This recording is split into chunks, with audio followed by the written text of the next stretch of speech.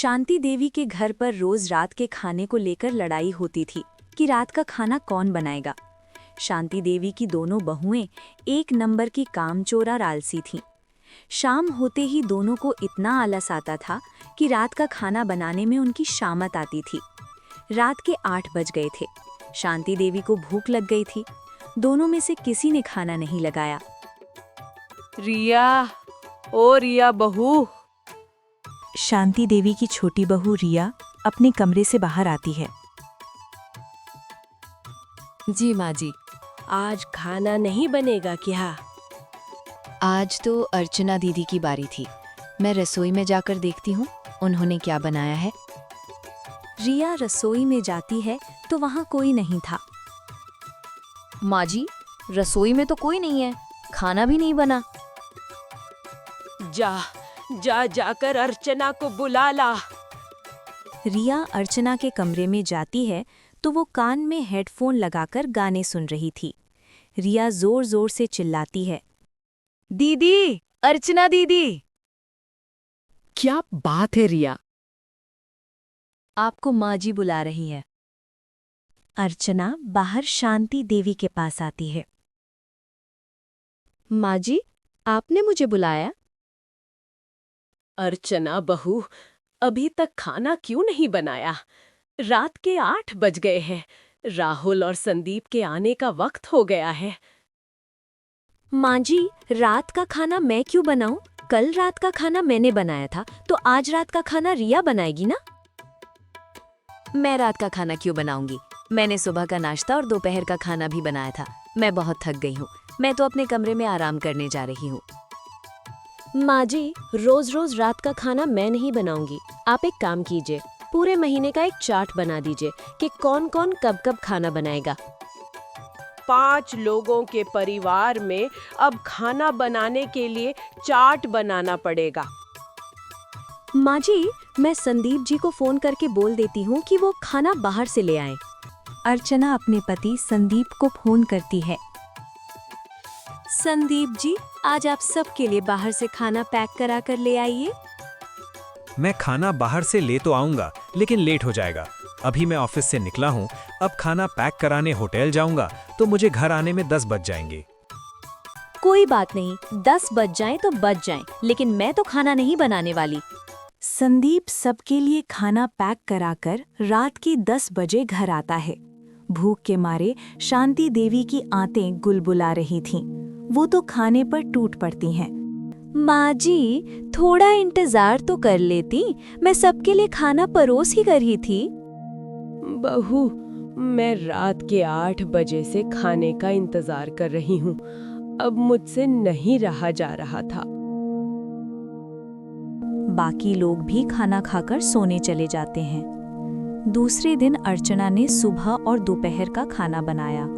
शाम होने वाली थी। आज सुबह और दोपहर का खाना दीदी ने बनाया है। रात का खाना बनाने की जिम्मेदारी मुझ पर आ जाएगी। मैं अपना फेवरेट टीवी सीरियल नहीं छोड़ने वाली। रिया ने अपने दाहिने हाथ की उंगली पर पट्टी बांध ली और उस पर लाल रंग लगा लिया।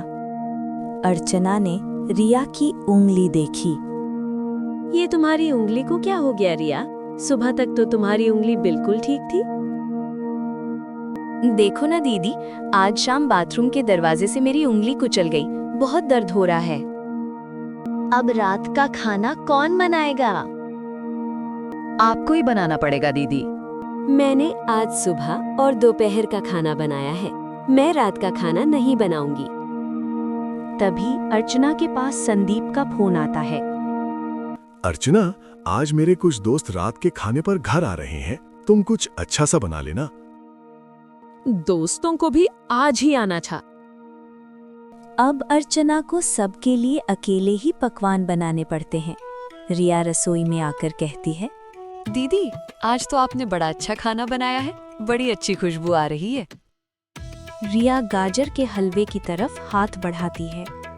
अभी खाने को हाथ मत लगाना रिया। पहले सारे गेस्ट्स खा लेंगे, उसके बाद किसी को खाने को मिलेगा। ये क्या दीदी, जब मैं खाना बनाती हूँ तब तो मैं ऐसा नहीं करती। अर्चना गुस्से में वहां से चली जाती है। थोड़ी देर बाद जब संदीप अपने दोस्तों के साथ घर आता है तब संदीप, आज आप रात के खाने का हिसाब कर ही दो कि कौन रात का खाना बनाएगा। मैं तो आज के बाद रात में रसोई में नहीं जाने वाली। हाँ, तो मैं भी रात में रसोई में नहीं जाने वाली। रिया, ये सब क्या है? घर में मेहमान आए हैं और तुम हो कि झगड़ा कर रही हो? राहुल रिया को चुप कराता है। अर्चना टेबल पर सबके लिए खाना लगाती है।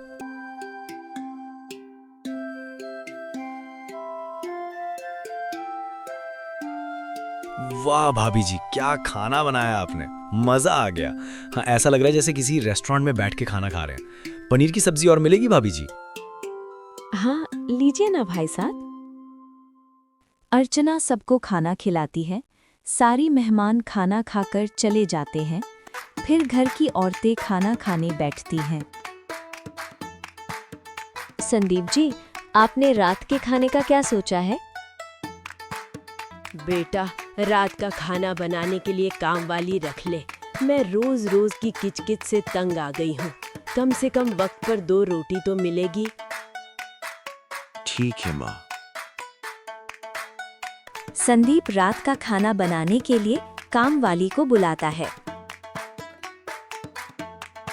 5 लोगों के हिसाब से 1 महीने का 10,000 रुपए लगेगा। 10,000 रुपए? ये तो बहुत ज्यादा है। इससे कम नहीं होगा साहब। दाल, सब्जी, रोटी सब बनानी पड़ेगी। 5 लोग हो तो 20 रोटियां तो बनानी पड़ेंगी। रख लेते हैं भैया। महीने के 5,000 आप दे देना और 5,000 मैं दे दूंगा। ठीक है राहुल, अपन इसको काम पर रख लेते हैं। डेली डेली परेशान नहीं होना पड़ेगा। काम वाली रख ली जाती है, लेकिन पहले ही दिन से उसने अपने रंग दिखाने शुरू कर दिए। वो 8 बजे रात काम पर आई।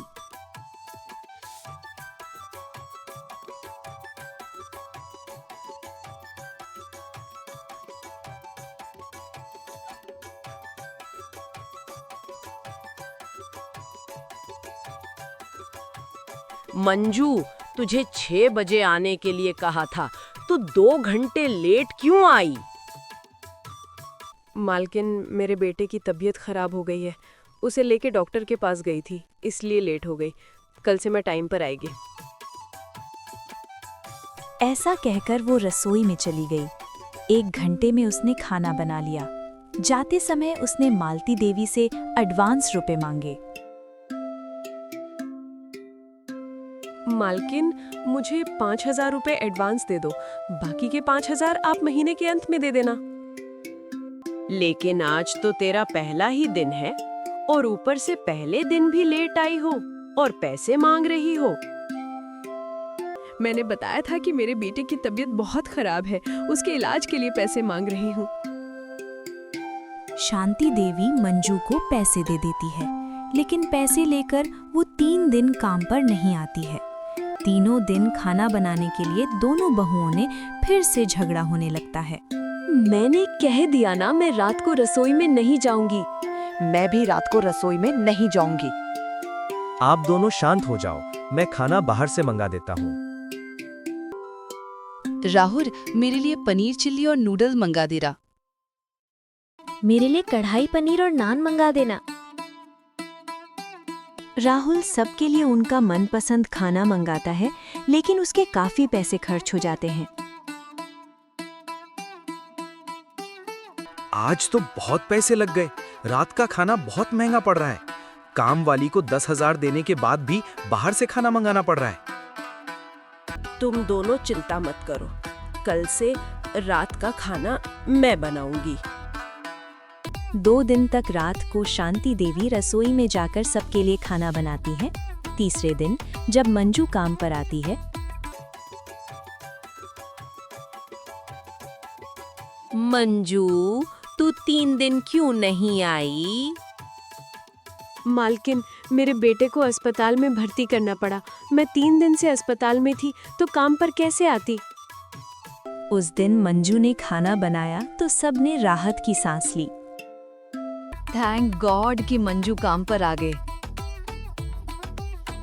लेकिन मंजू कुछ दिन काम पर आने के बाद फिर गायब हो जाती है। उसके ना आने पर रात को रसोई में कोई नहीं जाता। शांति देवी को ही रात का खाना बनाना पड़ता। इस तरह मंजू महीने के 15 दिन छुट्टियों पर ही रही और महीने के आखिर में आकर वो पूरे पैसे भी ले गई। ये सब कुछ देखकर संदीप, राहुल और शांति देवी ने कुछ डिसाइड किया। दूसरे दिन मंजू काम पर नहीं आई। मान जी, आज मंजू क्यों नहीं आई? उसे मैंने काम से निकाल दिया है। उसी समय संदीप और राहुल ऑफिस से घर आ जाते हैं।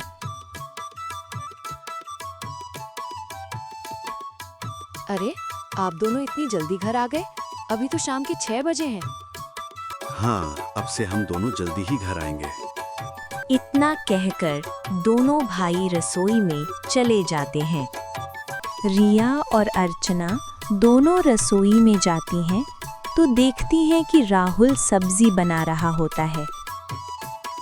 राहुल, ये आप क्या कर रहे हैं और ये सब्जी आप क्यों बना रहे हैं? हम नहीं बनाएंगे तो और कौन बनाएगा? मंजू को आप लोगों ने काम से क्यों हटा गया?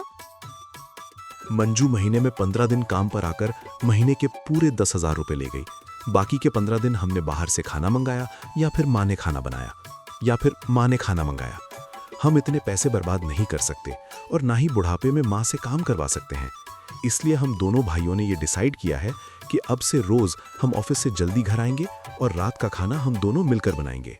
लेकिन इससे आप लोगों की जॉब पे इफेक्ट पड़ेगा। हाँ, इस तरह रोज रोज आप लोग ऑफिस से जल्दी घर आएंगे, ये ठीक नहीं है। कुछ तो करना पड़ेगा रिया। या तो हम लोग नौकरी कर लें या रात का खाना बना लें। तो हमने रात की रसोई की जिम्मेदारी उठाने की सोची है। आखिर माँ को वक्त पर खाना देना हम भाइयों की ही जिम्मेदारी है। नहीं संदीप, हमें माफ कर दीजिए। आप दोनों ने हमारी आंखें खोल दी। ये जिम्मेदारी हमारी है जिसे हम भूल गए थे। आप दोनों कमरे में जाकर आराम कीजिए। आज से रात का खाना मैं बनाऊंगी। नहीं दीदी, आप अकेले खाना नहीं बनाएंगी, मैं आपकी मदद करूंगी। उस दिन से दोनों बहुएं मिलकर रात का खाना बनाने लगी और शांति देवी के परिवार में रात की रसोई का झगड़ा खत्म हो गया।